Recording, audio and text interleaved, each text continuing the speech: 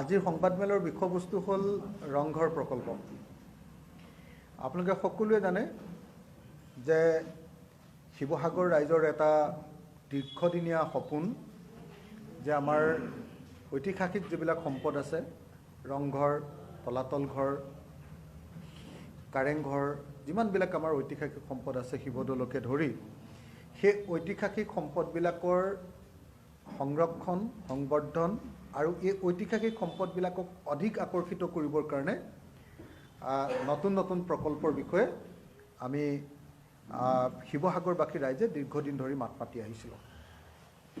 শিৱসাগৰৰ MLA হোৱাৰ পাছত আপোনালোকে সকলোৱে জানে যে প্ৰথমখন বিধানসভাৰ অধিৱেশনতে শিৱসাগৰক বিশ্ব ঐতিহ্য ক্ষেত্ৰ ৰূপে ঘোষণা কৰিব লাগে, তাৰ কাৰণে কাম হ'ব লাগে। আৰু শিৱসাগৰক বিশ্ব ঐতিহ্য ক্ষেত্ৰ কৰাৰ আগতে ৰাজ্যিক ঐতিহ্য ক্ষেত্ৰ ৰূপে ঘোষণা কৰিব লাগে। আৰু ৰাজ্যিক ঐতিহ্য ক্ষেত্ৰ ৰূপে ঘোষণা কৰি শিৱসাগৰত কেইবাটাও প্ৰজেক্ট ল'ব লাগে। এই দাবীবিলাক, এই আহ্বান অসম চৰকাৰক মই বিধায়ক হিচাপে জনাইছিলোঁ। বিধায়ক হিচাপে মই বাৰম্বাৰ শিৱসাগৰৰ ৰংঘৰ প্ৰকল্প ল'বৰ কাৰণে, তলাতল ঘৰ প্ৰকল্প ল'বৰ কাৰণে বিধানসভাৰ বাহিৰত অসমৰ মুখ্যমন্ত্ৰী ডাঙৰীয়াক 4বাৰকৈ সাক্ষাৎ কৰি ছেক্ৰেটেৰিয়েটত গৈ মুখ্যমন্ত্ৰী ডাঙৰীয়াক অনুৰোধ জনাইছিলোঁ। আটাইবিলাকৰ পাছত আপোনালোকে সকলোৱে জানে যে এতিয়া আমাৰ সৰ্বশেষত আমাৰ শিৱসাগৰৰ ৰংঘৰ প্ৰকল্প নামৰ এটা প্ৰকল্প গ্ৰহণ কৰা হৈছে। 118 কোটি টকা, প্ৰায় 118 কোটি টকাৰ এটা প্ৰকল্প, আমাৰ ৰংঘৰ প্ৰকল্প নামেৰে এটা প্ৰকল্প আৰম্ভ কৰিব খোজা হৈছে। অহা পৰহিলে অৰ্থাৎ 1 ফেব্ৰুৱাৰী তাৰিখৰ দিনা অসমৰ সন্মানীয় মুখ্যমন্ত্ৰী হিমন্ত বিশ্ব শৰ্মা ডাঙৰীয়াই আমাৰ ৰংঘৰ প্ৰকল্পটোৰ আধাৰশিলা স্থাপন কৰিব। ৰংঘৰ প্ৰকল্পটোৰ আধাৰশিলা অনুষ্ঠানটোক তেওঁলোকে ভূমি পূজন নাম দিছে, ভূমি পূজন কৰিব। এতিয়া ৰংঘৰ প্ৰকল্পৰ সেই আধাৰশিলা স্থাপনৰ লগত সংগতি ৰাখি মই আপোনালোকক ৰংঘৰ প্ৰকল্পটোত কি হ'ব এই সম্পৰ্কে জনাবৰ কাৰণে আৰু এই প্ৰকল্পৰ কাৰণে শিৱসাগৰবাসীৰ সহযোগিতা আশা কৰি আজিৰ এই সংবাদমেলখন আয়োজন কৰিছোঁ। ৰংঘৰ প্ৰকল্পটো হ'ব প্ৰায় 118 কোটি টকাৰ, যোগ আকৌ কি হ'ল প্ৰায় 31 কোটি টকাৰ আমি তাৰ ৰংঘৰৰ পিছফালৰ মাটিখিনি ক্ৰয় কৰিছোঁ। গতিকে এই প্ৰকল্পটো প্ৰায় 150 কোটি টকাৰ প্ৰকল্প। ৰংঘৰ প্ৰকল্পটো 150 কোটি টকাৰ প্ৰকল্প বুলি এইকাৰণেই ক'লোঁ যে 31 কোটি টকা আমি মাটিৰ অধিগ্ৰহণৰ কাৰণে খৰচ কৰিলোঁ আৰু 118 কোটি টকা আমি এই প্ৰকল্পটোৰ কাৰণে টেণ্ডাৰ কৰিলোঁ। এতিয়া সেই প্ৰকল্পটোৰে আধাৰশিলা স্থাপন কৰিব, যাক বিজেপি চৰকাৰে নাম দিছে ভূমি পূজন। আধাৰশিলা স্থাপন কৰিব অহা 1 ফেব্ৰুৱাৰীত 1 বজাত অসমৰ মুখ্যমন্ত্ৰী ডাঙৰীয়া। সেই ৰংঘৰ প্ৰকল্পটোৰ আধাৰশিলা স্থাপন অনুষ্ঠানৰ কাৰণে অহাৰ কাৰণে অসমৰ মুখ্যমন্ত্ৰী ডাঙৰীয়াক শিৱসাগৰৰ বিধায়ক হিচাপে মই স্বাগতম জনাইছোঁ শিৱসাগৰলৈ, আৰু তেখেতক ধন্যবাদ আৰু কৃতজ্ঞতা জনাইছোঁ যে তেখেতে সৰ্বশেষত ৰংঘৰ প্ৰকল্পটোৰ আধাৰশিলা স্থাপন কৰিবলৈ আহিব আৰু 18 মাহৰ ভিতৰতে এই প্ৰকল্পটো সম্পূৰ্ণ কৰাৰ কাৰণে কোৱা হৈছে, যাতে আমাৰ চৰকাৰৰ মই য'ত MLA এতিয়া, যিহেতু 2026 চনলৈকে আছোঁ, আৰু বৰ্তমানৰ যিখন চৰকাৰ আছে সেই চৰকাৰখনৰ কাৰ্যকালৰ ভিতৰত যাতে এই প্ৰকল্পটো সম্পূৰ্ণ হয়, তাৰ কাৰণে আমি আহ্বান জনাইছোঁ। এতিয়া এই প্ৰকল্পটোত আপোনালোকে সকলোৱে জানে যে এই প্ৰকল্পটোত কেইবাটাও বস্তু থাকিব। তাৰ ভিতৰত আপোনালোকে জানে যে মেইন গেট থাকিব, মেইন গেট আৰু এটা গেষ্ট হাউচ থাকিব, এটা ডাঙৰ গেষ্ট হাউচ থাকিব, য'ত অন্ততঃ 25টা কোঠা থাকিব গেষ্ট হাউচৰ। আগতে সৰু কৰিব খোজা হৈছিলে, মই যোৱা 2023 তাৰিখৰ 24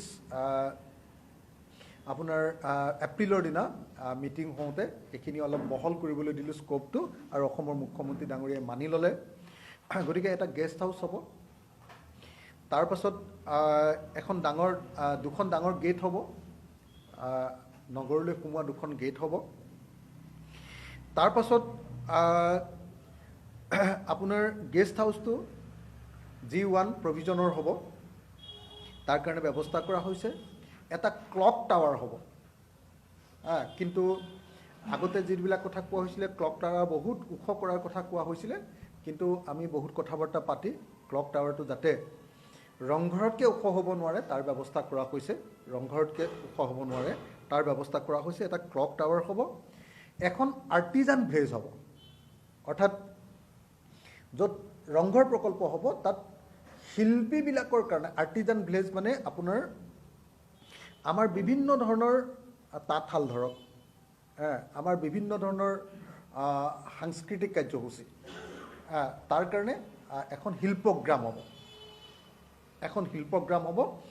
সেই শিল্পগ্ৰামত আমাৰ বিভিন্ন ধৰণৰ কালচাৰেল আৰু আমাৰ জাতিটোৰ যিটো ৱে অফ লাইফ, জীৱন যাত্ৰাৰ বিভিন্ন ধৰণৰ কাৰ্যসূচীবিলাক দেখুৱাই থকা হ'ব। তাৰ পাছত এখন ফুড কোৰ্ট হ'ব, যিখন ফুড কোৰ্টত অসমীয়া খাদ্য সম্ভাৰ আৰু লগতে বিদেশী খাদ্য সম্ভাৰো আৰু লগতে কণ্টিনেণ্টেল খাদ্য সম্ভাৰো ফুড কোৰ্টৰ এখন ডাঙৰ ফুড কোৰ্ট হ'ব, যিখন ফুড কোৰ্টত এইবিলাক কৰিবৰ কাৰণে চেষ্টা কৰা হৈছে। তাৰ পাছত যিহেতু ৰংঘৰটোৰ লগতে কোনো প্ৰকল্প কৰিব নোৱাৰি, কোনো ষ্ট্ৰাকচাৰ বনাব নোৱাৰি 100 মিটাৰ দূৰলৈকে, গতিকে ৰংঘৰৰ পৰা 100 মিটাৰ দূৰলৈকে এটা লেক হ'ব, পুখুৰী হ'ব। সেই লেকটোত আকৌ ব'টিঙৰ ব্যৱস্থা হ'ব, লেক এটা হ'ব আৰু তাত ব'টিঙৰ ব্যৱস্থা হ'ব। তাৰ পাছত তাত এখন ডাঙৰ পাৰ্ক হ'ব। সেই পাৰ্কখনত আমি চুকাফাৰ পৰা আৰম্ভ কৰি আহোম যুগৰ যিসকল পুৰোধা, আমাৰ যিসকল স্বৰ্গদেউ আৰু ইম্পৰ্টেণ্ট মানুহ আছে, লাচিত বৰফুকনকে ধৰি, সেইসকলৰ প্ৰতিমূৰ্তি থাকিব। আৰু সেইখনক এখন খুব সুন্দৰ আমি এখন কৰিবৰ কাৰণে চেষ্টা কৰিছোঁ, মানে আপোনাৰ এখন পাৰ্ক কৰিবৰ কাৰণে, যাতে ঐতিহাসিক যিসমূহ চৰিত্ৰ আহোম যুগৰ, সেই ঐতিহাসিক চৰিত্ৰসমূহক তাত আমি প্ৰদৰ্শন কৰিব পাৰোঁ, তাৰো ব্যৱস্থা গ্ৰহণ কৰা হৈছে। তাৰপিছত অডিঅ' ভিজুৱেল এটা ডকুমেণ্টেৰী দেখুৱাবৰ কাৰণে, অডিঅ' ভিজুৱেল, যিটোক মই কৈছিলোঁ যে সেইটো লাইট এণ্ড চাউণ্ড শ্ব', কিন্তু তাত ডিজিটেল চাউণ্ড শ্ব'ৰ কথা কোৱা হ'ল আলোচনা বিলোচনা কৰি, আৰু সকলোৱে সন্মতি সাপেক্ষে এতিয়া ডিজিটেল শ্ব'ৰ কথা কোৱা হৈছে ৰংঘৰ প্ৰকল্পত।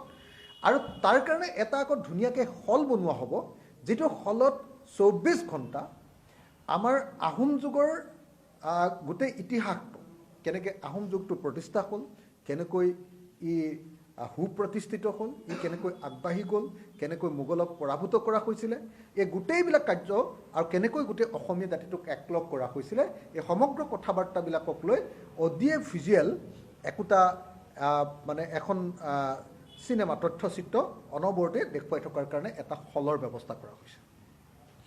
তাৰ উপৰিও দৈনন্দিন লাইভ বিহু, লাইভ টাই নৃত্য, লাইভ আমাৰ অন্যান্য মিচিংসকলৰ, বড়োসকলৰ, অন্যান্য জাতি জনগোষ্ঠীৰ যিসমূহ নৃত্য, সেই নৃত্যসমূহ প্ৰদৰ্শন কৰিবৰ কাৰণে আকৌ 2টা বা 3টা এনেকুৱা ধৰণৰ ষ্টেজ, অপেন থিয়েটাৰ তৈয়াৰ কৰিবৰ কাৰণে আমি প্ৰপ'জেল ৰাখিছোঁ।